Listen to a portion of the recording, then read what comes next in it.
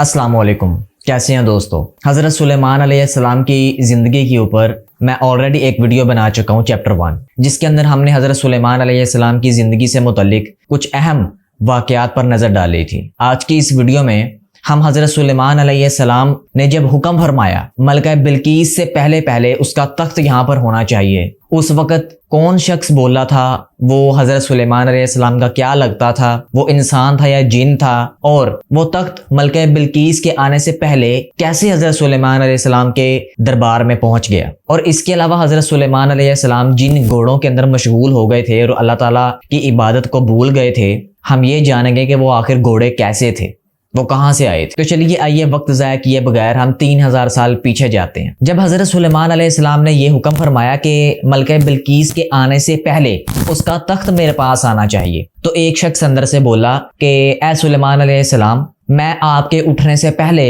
उस मलका का तख्त यहाँ पर हाजिर कर दूंगा। अब यहाँ से एक मतलब साफ जाहिर होता है कि हज़रत सुलेमान अलैहिस्सलाम के उठने का मतलब क्या है कि एक शख्स बैठा हुआ है, तो अगर वो उठ गया तो उसके उठने से पहले वो ले आए। लेकिन यहाँ पर इसका मतलब ये नहीं है। हज़रत सुलेमान अलैहिस्सलाम के उठने का मतलब ये है कि हज़रत सुलेमान अलैहिस्सलाम का जब तक दरबार लगा हुआ है, जब तक दरबार बर्खास्त नहीं हो जाता, ख़त्म नहीं हो जाता, गुफ्तगू ख़त्म नहीं हो जाती, उससे पहले उसने कहा कि मैं ले आऊँगा। और हज़रत सुलेमान अलैहिस्सलाम का दरबार कब तक लगा होता था? वो ज़वाल शाम तक, मतलब जब तक शाम नहीं डल जाती थी तब तक हज़रत सुलेमान अलैहिस्सलाम का दरबार लगा होता था। इसका मतलब ये है कि उस शख्स का कहने का मतलब ये था कि हज़रत सुलेमान अलैहिस्सलाम का दरबार जब तक लगा हुआ है तब तक हज़रत सुलेमान अलैहिस्सलाम बैठे हुए हैं, और जब तक बैठे हुए हैं उससे पहले मैं हज़रत सुलेमान अलैहिस्सलाम की खिदमत में मलका बिल्कीस का तख्त जो है वो पेश कर दूंगा। और साथ साथ वो शख्स ये कहता है कि मैं इस पर पूरी कुव्वत और ताकत रखता हूँ कि इतनी दूर मुसाफत से उस मलका का तख्त आपकी खिदमत में मैं हाजिर कर दूँ। फिर जो उसके अंदर हीरे मोती जवाहरात सोना चांदी जो कुछ भी उस तख्त पे लगा होगा वो सब का सब आपकी खिदमत में मैं हाजिर कर दूंगा। फिर एक दूसरे शख्स ने कहा, जिसके पास किताब का इल्म था, नूरानी इल्म था, कि मैं आपकी आंख झपकने से पहले मलका बिल्कीस का तख्त आपकी खिदमत में हाजिर कर दूंगा। मुख्तलिफ तफासीर के अंदर ये लिखा हुआ है कि उस शख्स का नाम आसिफ बिन बरखिया था और वो हज़रत सुलेमान अलैहिस्सलाम का खालाजाद भाई था। मैं ये बात खुद से नहीं कह रहा, ये बात कुरान के मुख्तलिफ तफासीर के अंदर लिखी हुई है। अगर हम ये माने कि वो हज़रत सुलेमान अलैहिस्सलाम का खालाजाद भाई था तो इसका मतलब ये है कि वो एक इंसान था। लेकिन एक कौल और भी मौजूद है कि वो मोमिन जिन्नों में से एक बड़ा और मोमिन जिन था जिसके पास किताब का इल्म था, नूरानी इल्म था। और मुख्तलिफ रवायात में जो कि नहायत ही कमजोर है, यहाँ तक लिखा हुआ है कि वो खुद हज़रत सुलेमान अलैहिस्सलाम ही थे। और एक और रवायत में लिखा हुआ है कि बनी इसराइल में से एक नहायत ही अजीम मोमिन इंसान था वो। लेकिन ये तमाम की तमाम झूठी हैं और रवायतें कमज़ोर हैं। सबसे जो परफेक्ट बात है वो यही है कि वो एक इंसान था जिसका नाम आसिफ बिन बरखिया था और उसने हज़रत सुलेमान अलैहिस्सलाम को ये चैलेंज दिया था कि मैं आपकी आंख झपकने से पहले मलका बिल्कीस का तख्त ले आऊँगा। यहाँ पर हम एक बात समझ लेते हैं कि हज़रत सुलेमान अलैहिस्सलाम को जो चैलेंज दिया गया था आंख झपकने से पहले और मलका बिल्कीस का तख्त लाने का, वो ये था कि हज़रत सुलेमान अलैहिस्सलाम अपनी निगाह जितनी हो सकता है अपनी निगाह को इस्तेमाल करें, जितनी दूर तक हो सकता है, और आखिरी शख्स को देखें। और जब हज़रत सुलेमान अलैहिस्सलाम ने आखिरी शख्स को देख लिया, ढूंढ लिया, तो हज़रत सुलेमान अलैहिस्सलाम अपनी फौरन आंख झपकें तो उस झपकने से पहले मलका बिल्कीस का तख्त आपकी खिदमत में हाजिर हो जाएगा। अब यहाँ से हमारे लिए 2-3 बातें समझने वाली हैं। पहली ये कि हज़रत सुलेमान अलैहिस्सलाम का दरबार कितना बड़ा होगा और उसके अंदर लोग हजारों लाखों की तादाद में होंगे कि हज़रत सुलेमान अलैहिस्सलाम को पहले आखिरी शख्स को ढूंढने में वक्त लगेगा, और जब उसको ढूंढ लिया तब हज़रत सुलेमान अलैहिस्सलाम ने अपनी निगाह को फौरन झपकना है, तो उस झपकने से पहले जो है मलका बिल्कीस का तख्त लाया जाएगा। फिर हज़रत सुलेमान अलैहिस्सलाम ने अल्लाह ताला की कुदरत का मुशाहिदा किया। वो ये था कि हज़रत सुलेमान अलैहिस्सलाम ने अपनी आंख झपकने से पहले मलका बिल्कीस का तख्त अपने पास हाजिर पाया। यहाँ पर हज़रत सुलेमान अलैहिस्सलाम ने फरमाया कि ये मेरे रब का ख़ास फजल है ताकि वो मुझे आजमाए कि मैं शुक्र अदा करता हूँ या ना शुक्री करता हूँ। मेरे अज़ीज़ दोस्तों, मलका बिल्कीस का तख्त यमन के शहर सबा में पड़ा हुआ है और हज़रत सुलेमान अलैहिस्सलाम खुद बैतुल मुक़द्दस में बैठे हुए हैं। तो यमन का اور بیت المقدس کا فاصلہ آپ گوگل سے خود سرچ کر سکتے ہیں، کئی 100 کلومیٹر بن جاتا ہے۔ تو سینکڑوں کلومیٹر کا فاصلہ پلک جھپکنے سے پہلے طے ہو جانا، یہ ضرور اللہ تعالیٰ کی قدرت اور اللہ تعالیٰ کے بہت بڑے کرشموں میں سے ایک کرشمہ تھا، جس کو حضرت سلیمان علیہ السلام دیکھ کر بہت زیادہ حیران ہوئے اور اللہ تعالیٰ کا شکر ادا کیا اور کہا کہ یہ میرے رب کا خاص فضل ہے۔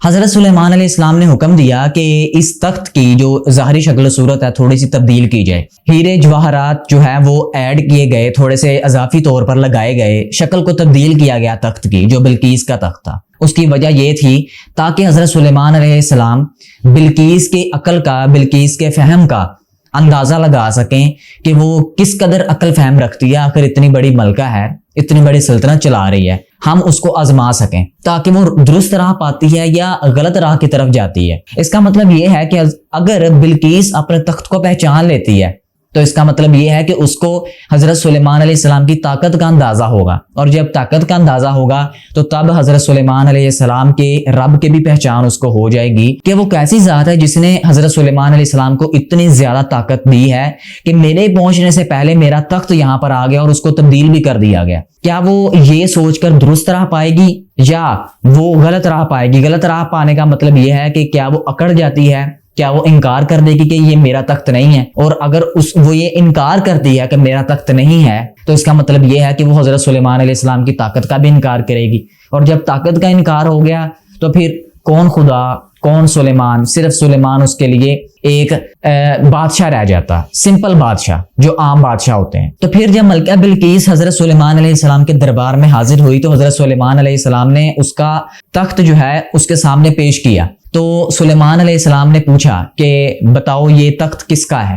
آگے سے بلقیس کہتی ہے کہ یہ میرے تخت سے تو ملتا جلتا ہے، اسے مل رہا ہے، لیکن وہ پورے یقین سے نہیں کہہ رہی تھی، جس طرح ایک انسان شک میں یا بے یقینی سی بات کرتا ہے نا کہ شاید یہ میرے تخت سے ملتی جلتی ہے، بالکل ایسے ہی انداز میں وہ کہا، کیونکہ وہ اپنی سوچ کے لحاظ سے تو اپنے تخت کو پیچھے چھوڑ کر آئی تھی۔ اس کو سمجھنے میں تھوڑا سا وقت لگا، ٹائم لگا کہ حضرت سلیمان علیہ السلام کے پاس ایسی طاقت ہے کہ میرے آنے سے پہلے سلیمان علیہ السلام کے پاس میرا تخت آ گیا، اور وہ یہ بھی نہیں جانتی تھی کہ کوئی اللہ تعالیٰ کی طرف سے ایسی طاقت بھی رکھتا ہے کہ میرے پہنچنے سے پہلے یمن کے شہر سبا سے بیت المقدس تک میرا تخت پہنچ گیا۔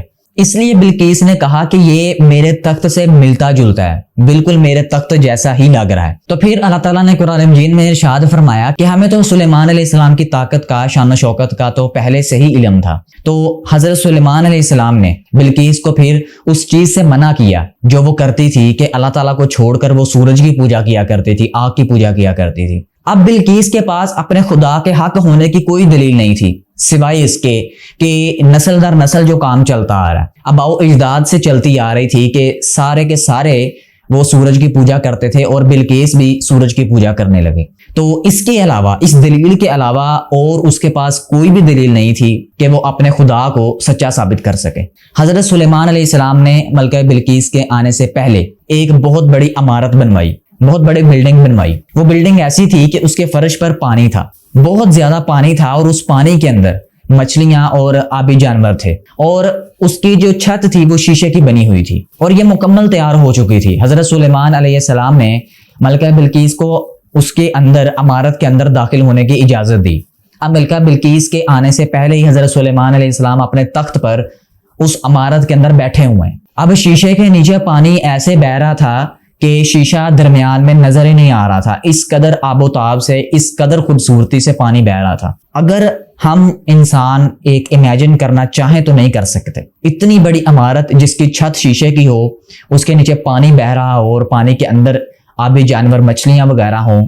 جب اس نے یہ کرشمہ دیکھا کہ اتنی بڑی عمارت اس قدر خوبصورت انداز میں میرے آنے سے پہلے ہی بنوائی گئی، تو وہاں پر وہ بے ساختہ بول پڑی۔ اللہ تعالیٰ قرآن مجید میں ارشاد فرماتے ہیں کہ وہ بول اٹھی کہ اے پروردگار، میں اب تک اپنے آپ پر ظلم ہی کرتی رہی، اور اب میں سلیمان علیہ السلام کے ہاتھ پر اللہ تعالیٰ پر ایمان لاتی ہوں۔ پھر اللہ تعالیٰ سلیمان علیہ السلام کے گھوڑوں کے متعلق قرآن مجید میں ارشاد فرماتے ہیں کہ وہ گھوڑے کیسے تھے، اور حضرت سلیمان علیہ السلام کس طرح گھوڑوں کے اندر مشغول ہو گئے घोड़ों की खूबसूरती को देखकर अल्लाह ताला के सामने झुकना भूल गए। तो अल्लाह ताला इसके मुतालिक इरशाद फरमाते हैं, जिस तरह हम आज की दुनिया में जो नस्ली घोड़ा होता है उसकी पहचान हम यहाँ से ही करते हैं कि वो अपनी एक टांग उठा कर रखता है। हम कहते हैं कि ये प्योर नस्ली घोड़ा है, वो 3 टांगें जमीन पर लगाता है।